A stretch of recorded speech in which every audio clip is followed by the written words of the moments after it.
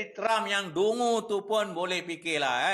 Lebih baik setuju sajalah dengan tuntutan-tuntutan Iran tu dan balik kampung dengan selamat. Jadi antara tuntutan-tuntutan Iran yang penting ialah pertamanya, Amerika kena hentikan sekatan laut. Barulah Iran benarkan kapal-kapal masuk keluar Selat Hormuz. Tapi Iran masih lagi mengawal Selat Hormuz dan kena bayar tol. Dan kalau tak mau Iran kenakan tol, Amerika kena bayar ganti rugi sebanyak 800 bilion kepada Iran. Iran dah dua kali dah ulang. 800 bilion tu kau bayar sekarang 300 bilion. 500 bilion tu kau boleh bayar ansur-ansur 10 tahun. 50 bilion setahun.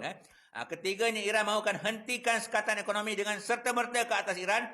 Dan jangan ambil apa-apa tindakan ke atas mana-mana negara yang nak berdagang dengan Iran. Ataupun secondary sanction lah dia panggil.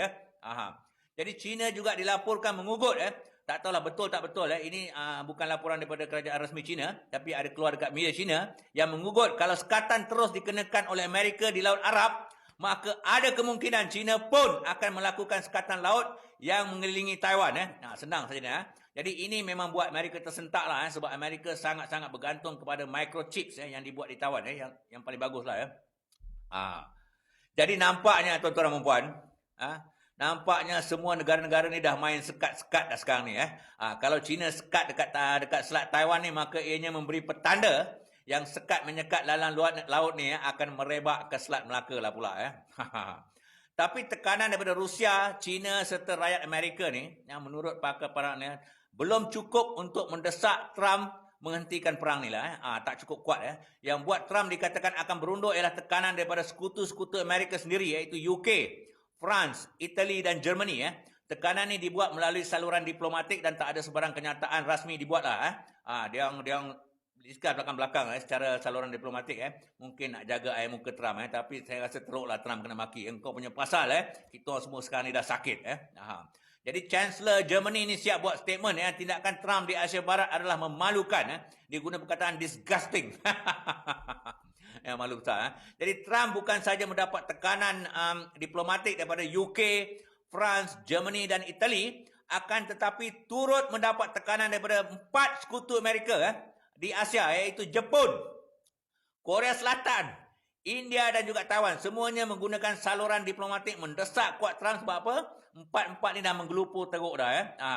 Eropah pun menggelupur juga. Jepun dikatakan mendesak Amerika dengan menggunakan saluran diplomatik supaya menghentikan perang ke atas Iran, supaya Selat Hormuz dapat dibuka semula dengan segera, kerana dalam masa seminggu dua lagi, Jepun akan mengalami krisis tenaga yang akan melingkupkan industri negara tu. Seminggu dua saja lagi. Jadi Jepun berada dalam keadaan yang sangat tersepit. Jadi Iran tahu time is on Iran side. Maksudnya masa ni menyebelahi Iran.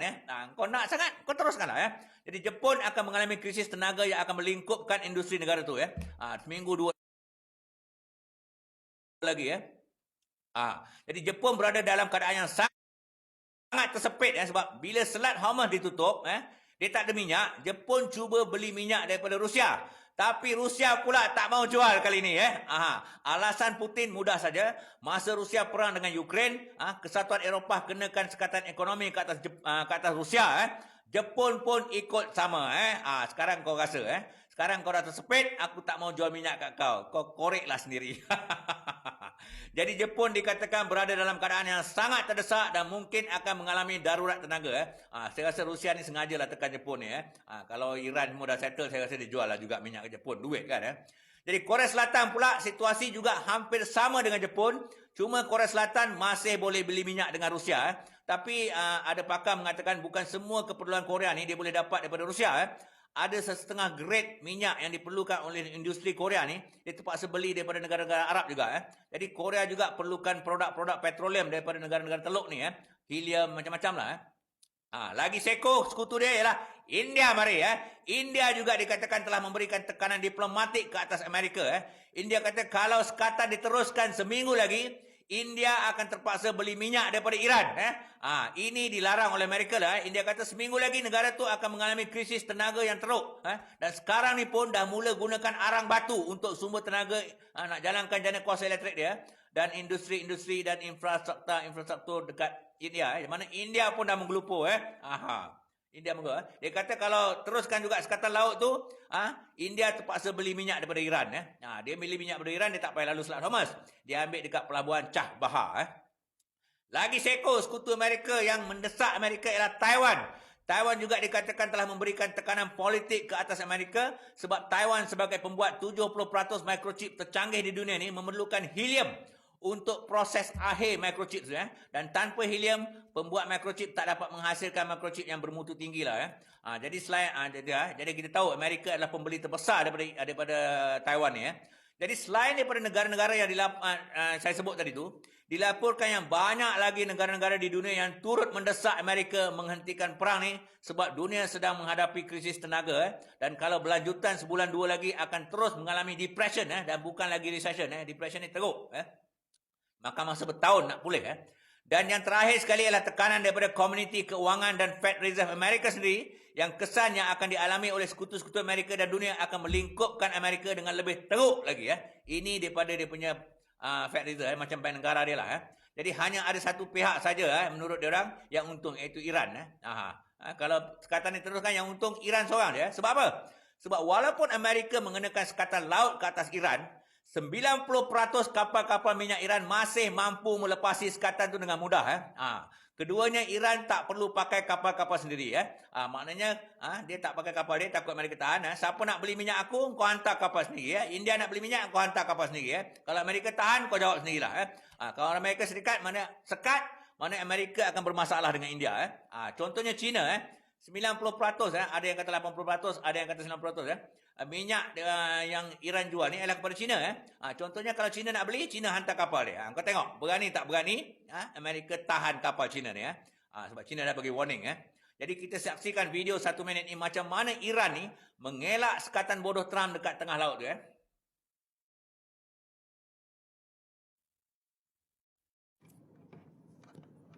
Iran tak ada masalah. Dia main tepi-tepi. If Trump claims the blockade is total, then why are Iranian ships still reaching India? It is because international law, geography, and the map are all working in Iran's favor.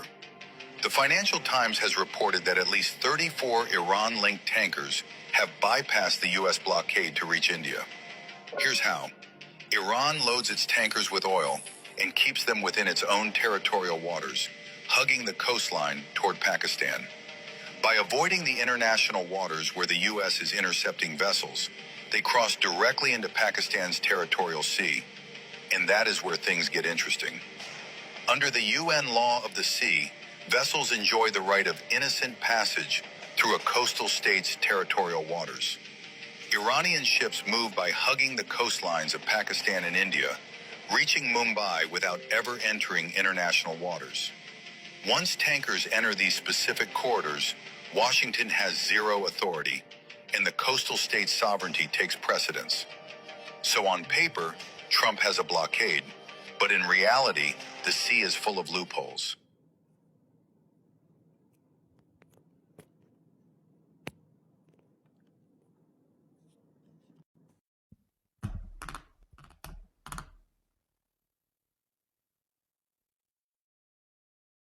Jadi apa yang diterangkan di sini adalah walaupun Amerika kenakan sekatan dekat tengah-tengah laut ni, tapi Iran dia boleh bawa kapal dia tu, lalu dekat pantai dia, lalu dekat pantai Pakistan dan terus sampai dekat India. Dia main kat tepi-tepi pantai, dia tak masuk tengah laut. Dia main dekat perairan dia, perairan Pakistan, perairan India. Jadi kat situ Amerika bukan saja akan langgar undang-undang kalau pergi kat perairan tu, tapi Amerika pun tak berani rapat-rapat sangat dengan pantai.